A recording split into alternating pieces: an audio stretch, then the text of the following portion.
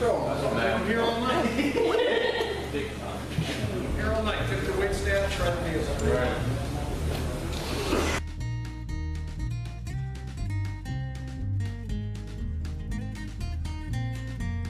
Alright guys, and girl, welcome. This is the Northeast Ohio Beans Bullets Band-Aids. We're together about once a month. A lot of people we've seen faces here before, some we haven't. Every month we try to teach a skill, try to teach some kind of new information that'll help you out, something you can use. This week we're talking about the 5 and the expanded 10 C's of survivability. Basically it's a short guideline of things you might want to have with you to handle anything from everyday emergencies to oh crap situations. I'll list through the first 5 C's real quick and then we'll go over them in detail. First one is cutting tool. Second one is combustion or fire. Third one is a cover or shelter. Fourth is a container. And fifth is cordage. And we'll go through those in more detail, and then we'll go on to the next 5, which first 5 are, I would say, pretty much a necessity. You should have in your vehicle, in your home, around you at any given time. You never know what's going to happen. I've been stuck in the middle of nowhere with a broke down car. I've been dropped off the side of the road. Differences of opinion. I've been, first off, cutting tools. You should never be without something sharp. Pocket knife. When we're talking about outdoor use, you know, we tend to think of situations where we may end up outdoors. We may end up hiking or hunting trip, fishing trip gone bad, something's gone wrong, car broke down out there, whatever. For the outdoors, I generally try to keep a 4 or 5 inch bladed, fixed blade knife. I try to make sure it's carbon steel. It gives sparks out of igneous rocks and other things better. Carbon steel knife is going to work better with a ferro rod than a stainless steel or a coated, some kind of coating on your knife. Carbon steel is going to keep an edge pretty well, whereas stainless is a little softer on the Rockwell hardness scale. So a 4 or 5 inch carbon steel knife, fixed blade knife. For my kit, I carry just a cheap, it's stainless, it's not carbon. My carbon one, got a guy making one, it's on the way, should be here this coming week actually. I'm hoping to have it for today, but this is a stainless, cheap, fixed blade made by Buck. The carrying edge is pretty good. I've taken a file and filed down the back edge for scraping the ferro rod. So I'm getting too steel, I'm not hitting the coating, which will keep the ferro rod from sparking.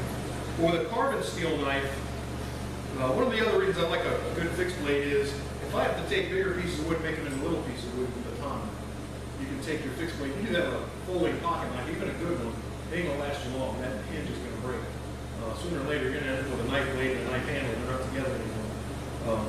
So fixed blade, and you know, you can baton with it, get it started down through a 3 or 4 or 5 inch piece of wood, and use a baton or a piece of stick branch to drive it down through. So it gives you a little more tool use out of it. If you're going to use a folder, a locking system of some kind, liner lock, locking spine, something lock back is a good way to go. It's going to save you some blood. It's hard to find a good folding pocket knife that has carbon steel blade. You can use stainless of some sort or another. You get into some of the better blades. They cost you, but you know, it suits your needs and it's worth it to you. Then do so. When it comes to your good fixed blade, like if your outdoors knife, that carbon steel fixed blade I was talking about, you want a good thick spine, at least an 1/8 inch. I try to get as close to a 1/4 inch as possible. Thicker knife's going to take a lot more abuse. And the spine of it, much like with this, you want the spine a 90-degree spine. What that means is, if this is straight up and down, you want the spine flat level at 90 degrees, perpendicular to the cutting edge. So when you're batoning, you're not tearing up your baton, having to go through getting more resources, spending time getting a baton when you could be doing work. Okay. And when you're using on a ferro rod. Ferro rod, when you're scraping on a ferro rod, the 90-degree edge gives you a much better grip and spark. Right, and the sharp edge to sharp. Another thing I have done on other knives, not this one here, but just take a round file, like a rat tail file, that matches the diameter of your ferro rod, and just put a notch across that 90-degree back edge. So you can use the 90-degree, and once your ferro rod starts getting oddly shaped from using it and scraping on it, you can drop it into that notch and really get another good bite. And it rounds it back off, which makes it, it shapes it again so you can continue with it. That's your cutting tool. Number 2, combustion or fire. Number 2 is critical. There are a lot of things that fire can do for you that none of the other 5 C's can. It's really hard when you're talking about just minimalist 5 C's or 10 C's. You cannot look at water hard enough to purify it. You can't smack it around hard enough to make it pure. So fire is a big deal because bad water will kill you just as fast as bad weather, faster in some cases. I carry generally a couple ways of making fire. In here I've got generally my sewing kit, but it's wrong bar. I've got a couple extra ferro rods I just bought. Working into my plan here.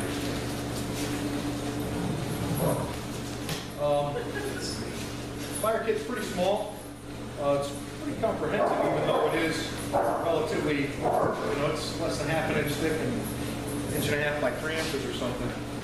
In this kit, I've got a ferro rod. I do a lot of my ordering from a place online called firesteel.com. Great prices, good products. They've always worked well for me. One of the things back in the Scouts when I first got a ferro rod, that I didn't realize is you got to take that stove black coating off. Worked trying to get a spark out of the ferro rod. I'm like, why did this work? So in my fire kit, I keep a couple little pieces of sandpaper. So if I have to switch ends on my ferro rod, if one end gets beat up or tore up, you can take that stove black coating off pretty quick. I generally try to leave it on there till I need it, because a ferro rod will start to degrade or decay if you leave it out and it gets some moisture. It's made out of different types of metal. It's iron based with some other metals thrown in, so it'll rust. It'll corrode. What's that? Yeah. That stove black, you can get a little tin like shoe polish with stove black. Keep it handy. Practice with your gear. You want to be able to know you can use the gear you got. Hey, I read about it online. I bought 3 of them. I've got them in my different kits in different places in my vehicle. I hear they work really well. And if you were, like me when I was first starting out, I didn't realize you had to take that coating off. It took me a long time to wear through that coating with my scraper before it actually started working right.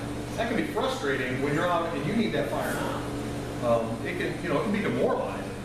A lot of the kits come with a little steel scraper, a little plastic tab with a piece of steel coming out of it. I use a piece of hacksaw blade, and this one's new. I haven't sanded it down yet, but you sand down the back edge, and you make sure you get some sandpaper on the teeth, so that you're getting metal on ferro rod contact. Another one that I really like is a good sturdy, kind of aggressive tooth jigsaw blade. I think this one is thicker. It's thicker, but I think this is about 16 or 18 teeth per inch. But worst case scenario, I could use this to trim a sapling to do something else if I needed, as well as you get those teeth up against the ferro rod and that coating comes off real quick and you're getting spark right away. I sand or file down the back, so I got bare metal on the back, so I can do the same with the back. Doesn't work as well as the teeth because this still has, you can tell there's still a lot of coating on there. I'm trying to hit the shiny track. There we go. I also keep just a cheap disposable butane lighter. When you get a couple hundred tries with this, one of the things that I normally do that I haven't with this one, in my button bag and in my hunting bag, it's taken care of, but you get a hairband.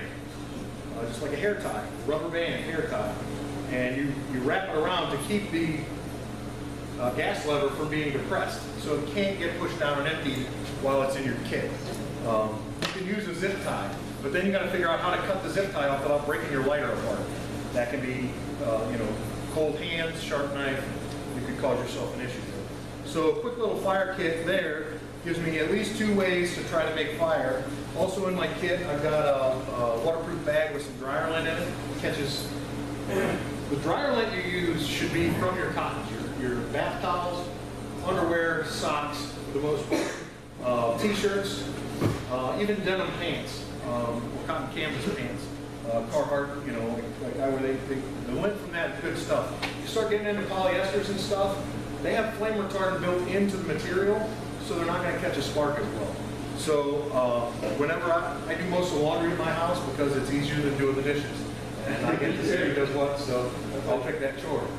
So whenever I'm doing the towels, I get the laundry, the lint trap, and I got a container up on the shelf. I just tuck it up there till it's full. Quick things you might want to put in your fire kit, and this is one that a lot of people overlook. Put a couple of tea light candles, or a couple of votive candles. You know, after the holidays, after Thanksgiving, Christmas, you see these little 1.5 inch high by 1 inch round votive candles that everybody puts in their jack-o'-lanterns, everybody puts in their, you know, with Christmas decorations and whatnot. They'll burn for a couple hours, you know, an hour and a half, 2 hours. And the great thing about like a tea light candle is that's probably minimum 15 minutes of burn time, minimum. Okay, probably half an hour or more. Depends on the wind, depends on the situation you're in. But even when you have like waterproof storm matches, you've got 20 of them. A match burns for about 8 seconds. I can use that match to light this tea light candle, and I can use that tea light candle to try to start a fire for a half hour. I've got a half hour to try to get it together and make it work. Dry out stick. Dry out tinder, dry out your feather stick. This is fat wood. This is it's the interior of the pitch pine. This one isn't as impregnated as some, or as soaked in as some, but it's pretty good. If you're going to make a feather stick out of pitch pine or out of fat wood, it's a good, if you can make a good nest just with scrapings and then make your feather stick to What are good fat wood? Red pine, pine? yeah, generally white pines, red pines. It takes some time to